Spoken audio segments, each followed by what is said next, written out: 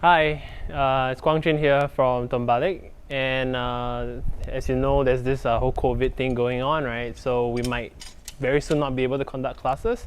So I bought myself a new wireless mic, and here I'm gonna try and shoot a short video on how to make these. As you can see, it's kind of the end of the day for me. It's quite late at night now, and I just made a pair of these tongs, and yeah, they work really well. So I'm gonna try and show some of the features in this.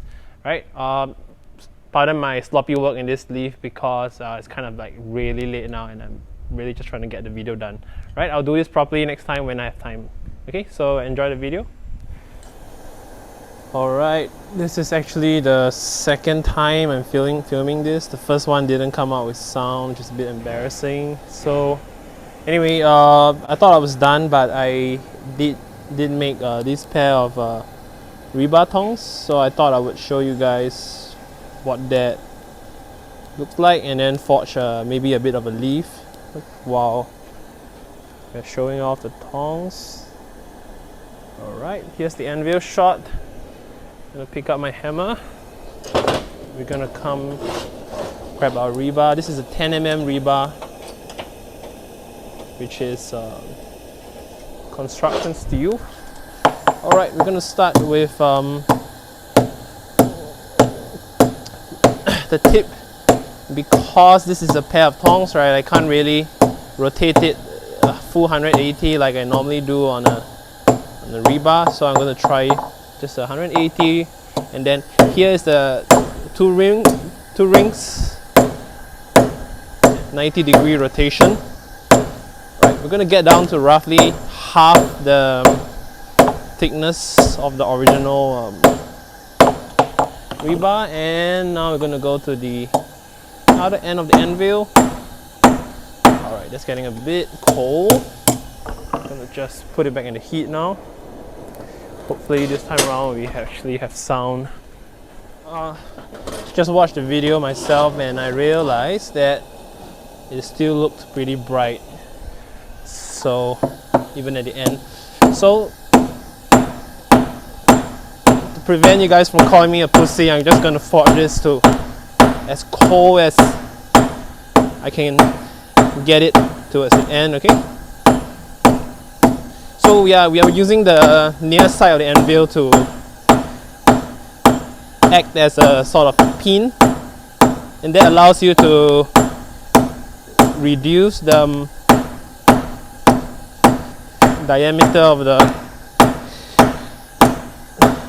rebar really easily. Okay, increasing the pressure on the forging. So I stopped at about this level of heat just now, and on the camera it still looks hot, so I'm going to try and straighten some of this right now. Let's see how that looks. Okay, this is a huge mess. I have no idea what I'm doing anymore, but let me try and straighten this out. This is looking horrible. Alright. Okay, if the camera still picks up any light at this point, I think I need to get an eye check. My phone is actually running out of battery, so I went to charge it for like a couple of seconds. And in between that, I did another cycle of hammering. So when you see this one, it's going to look slightly different from the previous shot, right? And yeah, I got 5% battery left, so hopefully we get this something done here. Alright, so the leaf should be, the stem should be getting really thin now, right? You want to reverse taper, so you want it to be slightly thinner towards the, as it gets towards the hand. So of course the exact shape and thickness of this little stem here is really important. If you get it uneven, then you're going to end up with very strange bending on the next step. Okay, no, not next step, the last step. When you bend it, right, it's going to look a bit weird. Alright, just a bit cold now. Let's put it back in the heat. Okay, just got another battery charge and did some hammering in between. Okay, you can see the fire there. You can see my leaf is actually only the has only the bulb in it. That's because I did another round of thinning, and the thing is roughly at the size that we need now. And we're gonna start working on the bulb. And this is the part that everyone tends to get wrong, right? Because you only get one shot at this. I'm gonna try and demonstrate it correctly. Basically, as I always say, right, you need to strike with intent here.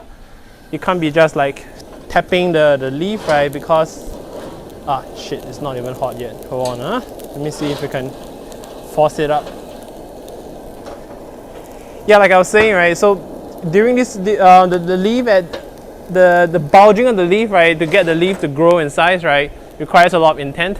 So very often beginners will be tapping it very lightly and very randomly, and the leaf is not going to spread to the side as much. It's going to end up getting very, very long. And this is not something easy to explain. You kind of have to practice it to understand why, right? I'm going to try and show it now. And it's still not hot. Let me see. So right now you can't really see in the camera, right? I'm trying to dig. Actually, you know what? Alright, it's hot now. It's hot now. Okay, perfect. Alright, you're gonna make sure the meat of the leaf is right on the.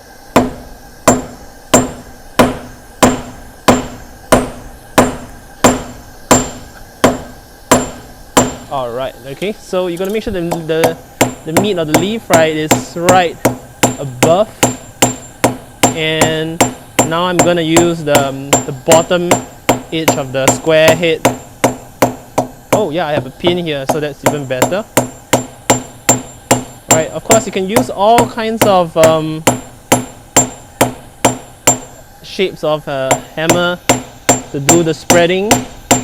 I prefer to use the edge of the hammer because that's what Alex Steele taught me in the video. And it gives you a lot more control. And of course everyone has a bottom edge of the hammer, right? Not everyone has a pin or a ball pin or a cross pin. And I'm not sure if you can see in the camera, but as we are forging it, it gets a bit shiny.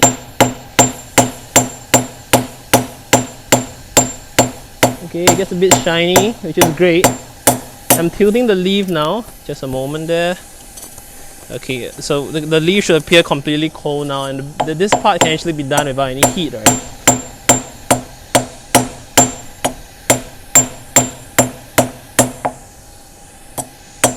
Okay, this hammer is not doing so well with the texture. I'm going to use my Squeaky hammer. Alright, much better.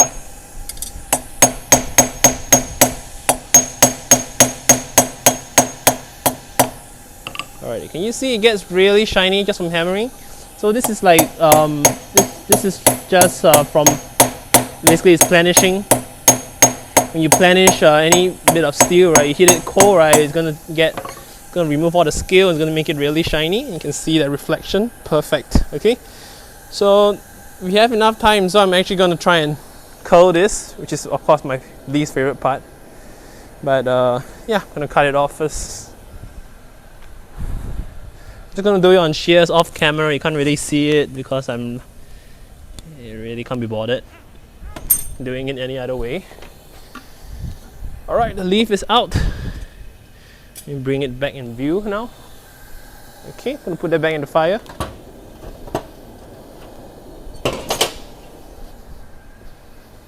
Alright, you see a little brick in front of the furnace. This is to block in the heat. I'm trying to get a larger sweet spot on the charcoal forge, and the leaf is actually in there. I'm not sure if you can see it now. You can't see it at all.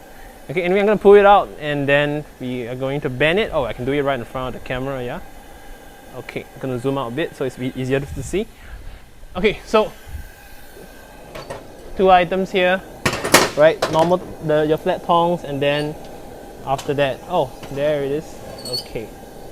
So you gotta do this quick, because you need the heat to bend it, and once the heat is not even, then you kind of messed it up, right? Okay, so pre-bend it on one side first. Now you're gonna try and turn it totally didn't show you guys the thing. Okay, you can see I kind of messed it up a bit. It's not super circular. You can always cheat and forge it on the horn, of course. No big deal. Okay, I'm gonna go do that right away now. So let's go to the horn of the anvil, which, as you can see, is actually now used as a stand for my thick helmet. Alright, shouldn't be that. Alright, so you can see the little irregular shape there. That's mainly because of the fact that the thickness of the stem wasn't so accurate. Okay, and it's closed up pretty okay. Not sure it's pretty. Oh, okay, I'm so bad at this camera thing. But anyway, back to the fire. Right, gonna heat it up one more time just to adjust everything, and hopefully this time around it'll be perfect. This will do. I honestly prefer to do it with regular pliers because they're so much shorter. Tongs don't really work as well. But let me. Hopefully this is on camera. And you can see, just adjusting the shape a bit there. Okay, you know what? For middle of the night forging after a whole day of work, I'm gonna let myself off of this. Okay, but if you're attending class, please don't do it like this. Okay, this is horrible.